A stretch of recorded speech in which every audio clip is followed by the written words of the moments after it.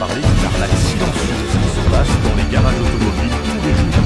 Et je vous promets que si vous regardez jusqu'à la fin, vous allez économiser de l'argent dès votre prochain passage chez le garagiste. On va parler de l'azote dans les pneus.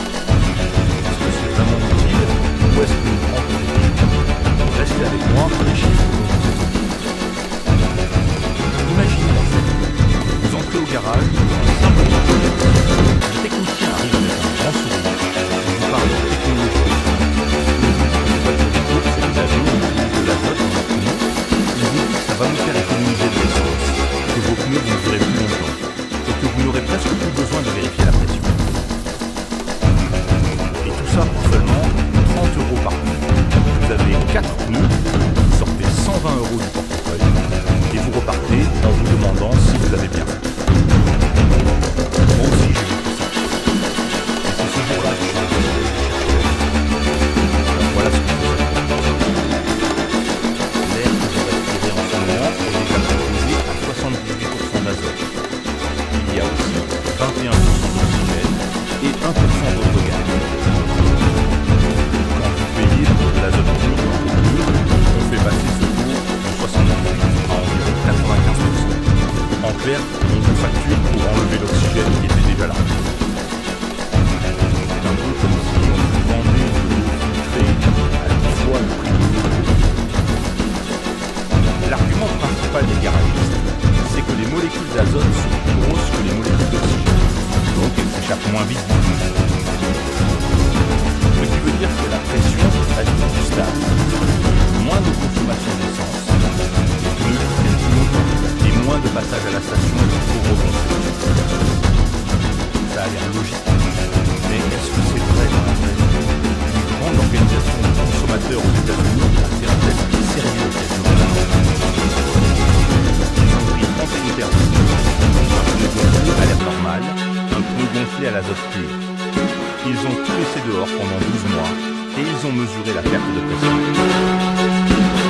Résultat, les pneus à l'air normal ont perdu 3,5 unités de pression en moyenne. Les pneus à l'azote ont perdu 2,2 unités.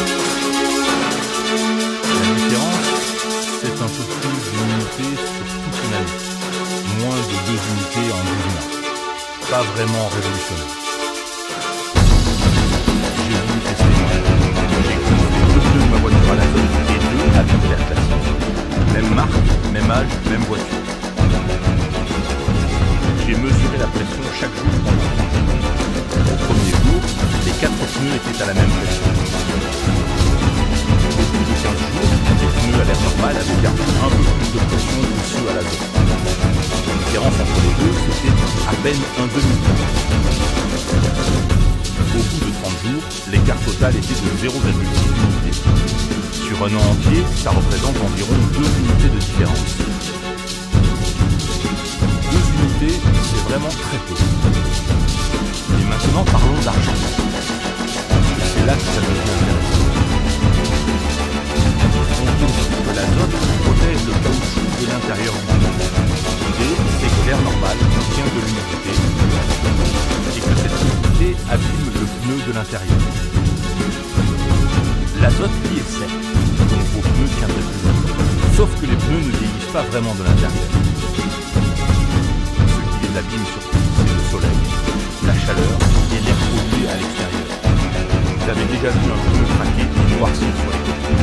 C'est exactement ça.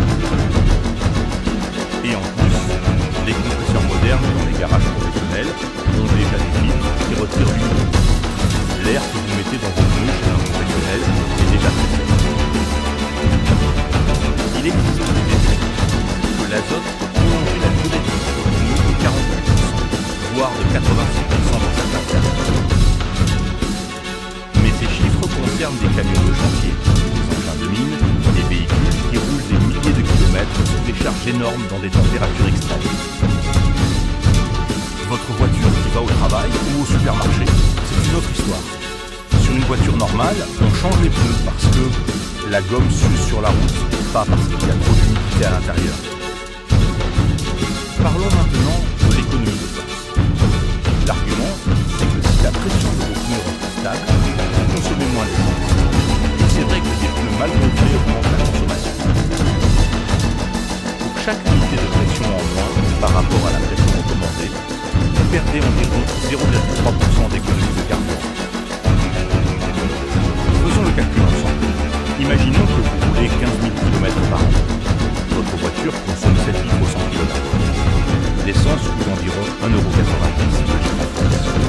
Vous dépensez environ 2 000 € d'essence par an. 0,3% de 2 000 €, c'est 6 €.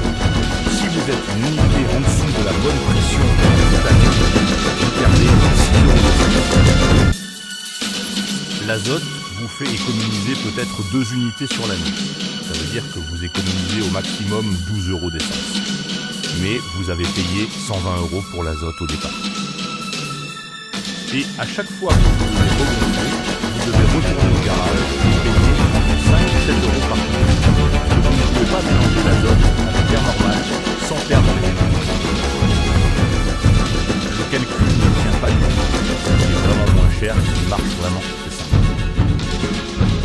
Achetez un petit outil qui mesure la pression de vos pneus. Ça coûte entre 10 et 20 € dans n'importe quelle grande surface ou boutique auto. Vérifiez vos pneus une fois par mois. Regonflez avec l'air comprimé gratuit ou pas cher dans les stations-service. C'est ça la vraie idée. Alors est-ce que l'azote fonctionne vraiment? Oui, techniquement, le pneu perd un peu moins de pression. Mais est-ce que ça vaut le coup pour un conducteur ordinaire? Non, absolument pas. L'azote a du sens dans seulement 3 situations très précises. Vous pilotez une voiture de course où chaque petit écart de pression peut changer vos temps sur le circuit. Vous êtes pilote d'avion commercial où les pneus subissent des écarts de température énormes entre le sol et l'altitude. Vous conduisez des engins de chantier dans des conditions extrêmes. Pour tous les autres conducteurs, c'est une dépense inutile. Pour les garages, c'est presque inutile. L'azote ne coûte presque rien à produire. Vous facturez 30 € par pneu et ensuite vous revenez régulièrement pour recharger. C'est un modèle commercial très intelligent pour eux, beaucoup moins intelligent pour votre portefeuille. Voilà mes recommandations complètes. La prochaine fois que votre garagiste vous propose l'azote, refusez poliment. Achetez un petit outil de mesure de pression pour environ 15 €. Contrôlez vos pneus chaque mois, idéalement le matin avant de rouler quand vos pneus sont encore froids. Gonflez à la pression recommandée par votre constructeur. Vous la trouverez sur un autocollant à l'intérieur de votre porte-clés. Et si vos pneus perdent la pression